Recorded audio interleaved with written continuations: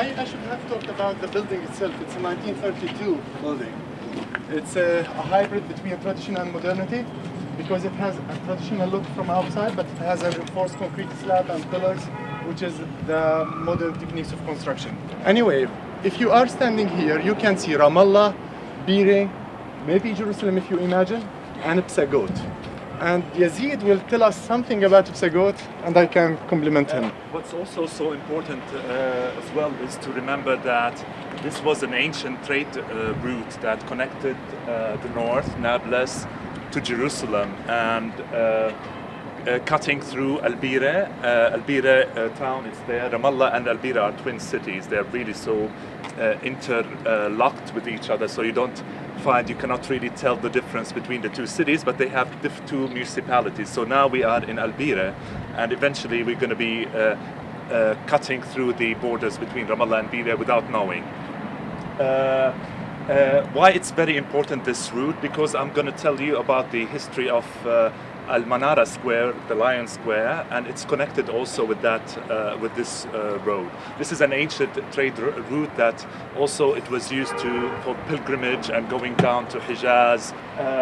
Psagot is very important too. It's a settlement, around 1,500 settlers living there, and it was built in 1981. And I'm going to tell you a little bit more about it when we go a little bit further towards the center.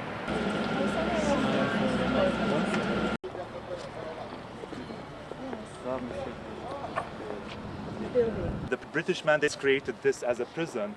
The British mandate also built the radio station that was run by the BBC at that time. And there was Palestinians trained for that station to speak in different languages and broadcast different programs. The road from the Muqata'a, the prison, the British mandate prison at the beginning, to Ramallah was really created, and it was a very important broad road in order to accommodate the vehicles and the militaristic movement of whenever the military is encountering a problem and want to control what's going on, so they go straight from that big road that was created. So at the Jordanian time, to a prison, it was administered by the Jordanians, and the function of the prison continued to persist. And then the Israelis used it as well as a prison, and it was a sort of a militaristic zone. And then the Palestinian Authority has also used it as a prison afterwards, and it was Arafat's headquarters close by. And then, you know, the Israeli incursions on Arafat, and they just besieged him inside the Muqata'a, and they destroyed most of it. Now this structure they're building, this is a memorial for Arafat. Arafat is buried here. And that one is a museum. They're building Arafat's museum right now, just behind it. And then they've created on the site of the destroyed prison another building, which is an administration for the Palestinian Authority. Abu Mazen would. So, I mean, the history of change of administration on the same site that was really created as a prison at the beginning is very interesting for us as architects, how the occupancy of the space and the function of the space as a place of control that has been used even by us as Palestinians over us. They opened the investment for the international community, especially the Arabs, to invest in Palestine. And they've decided that all state land would be transformed into potential investment for a Palestinian investment company called PIF, Palestinian Investment Fund, which is a partnership between the Palestinian Authority and the Palestinian investors. These Palestinian investors also had a sort of affiliation with Gulf investors and big Gulf companies. The radio tower station that was built by the British mandate, it has a huge state land. The Palestinian Authority, Arafat at that time, wanted, before he died, to divide it between the different ministries and build a sort of a big ministerial compound there. But then when Abu Mazen took over, this land was, he decided to make it a big park, because it used to have really trees, and it used to have a very very interesting natural area with all the plants.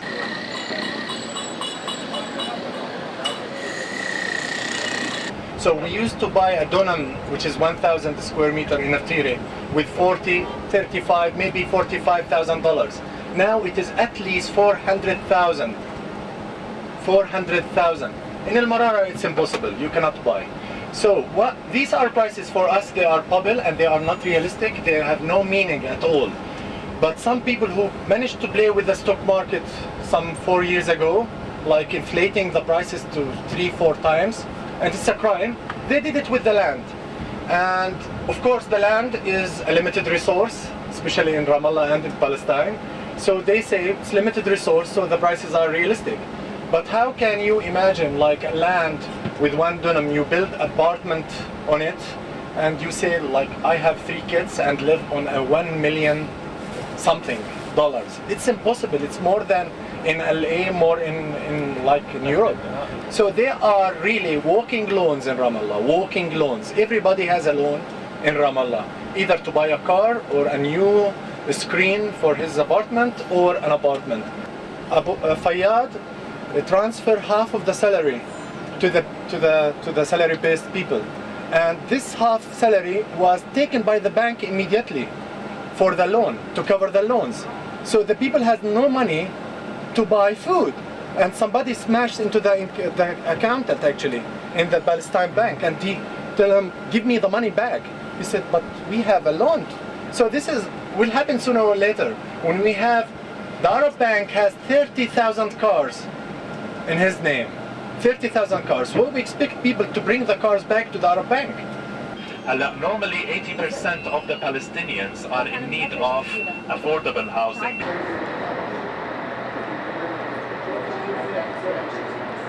Well, welcome to Bir Nabela. This is my hometown.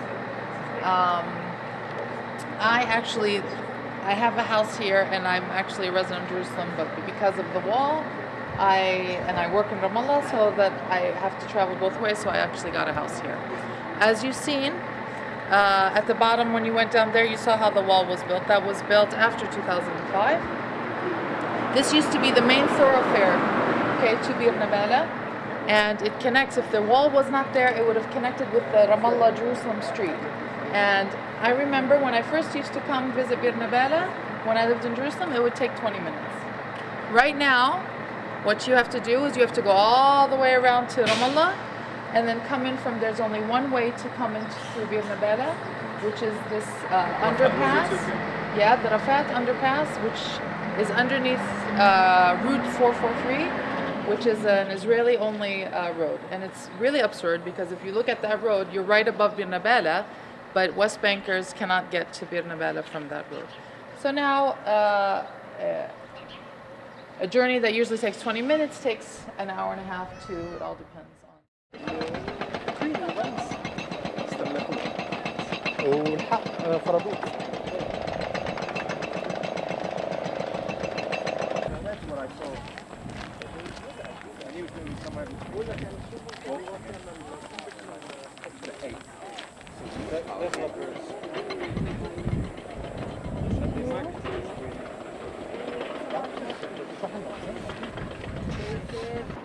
Is this a picture or is it the video?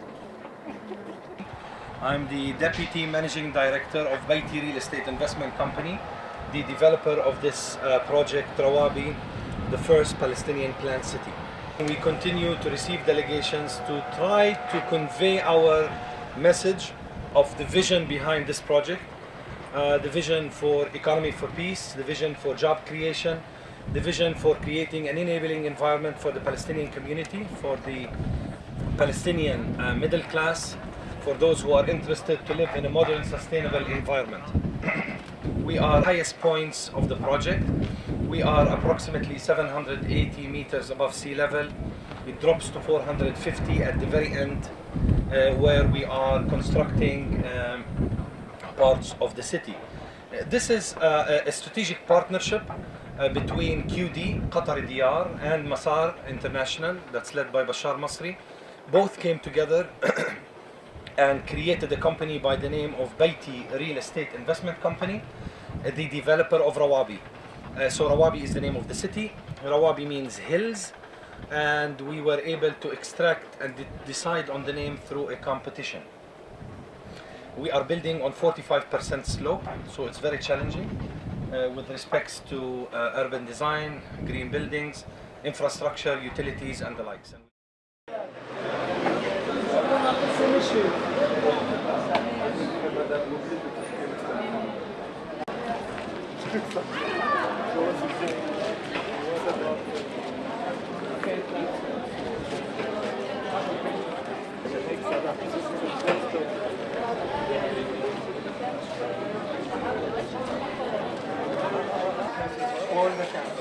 All 7 meters, 100 square meters yard. Somehow, but there is another typology which was used to in.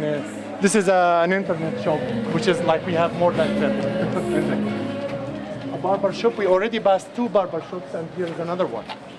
Okay, here the landscape turns around, but we would see like this should be 14 by 7, 14 by 7, which means 28. Yeah. Then we'll have a street, and then we'll have 28. Then we have a street. But we will rush quickly to show you some original structures. And here you see, this is very mountainous area with a slope of 40%, like the one in Rawabi. But you will see that they managed to create a grid system that turns with the topography, which is brilliant for me.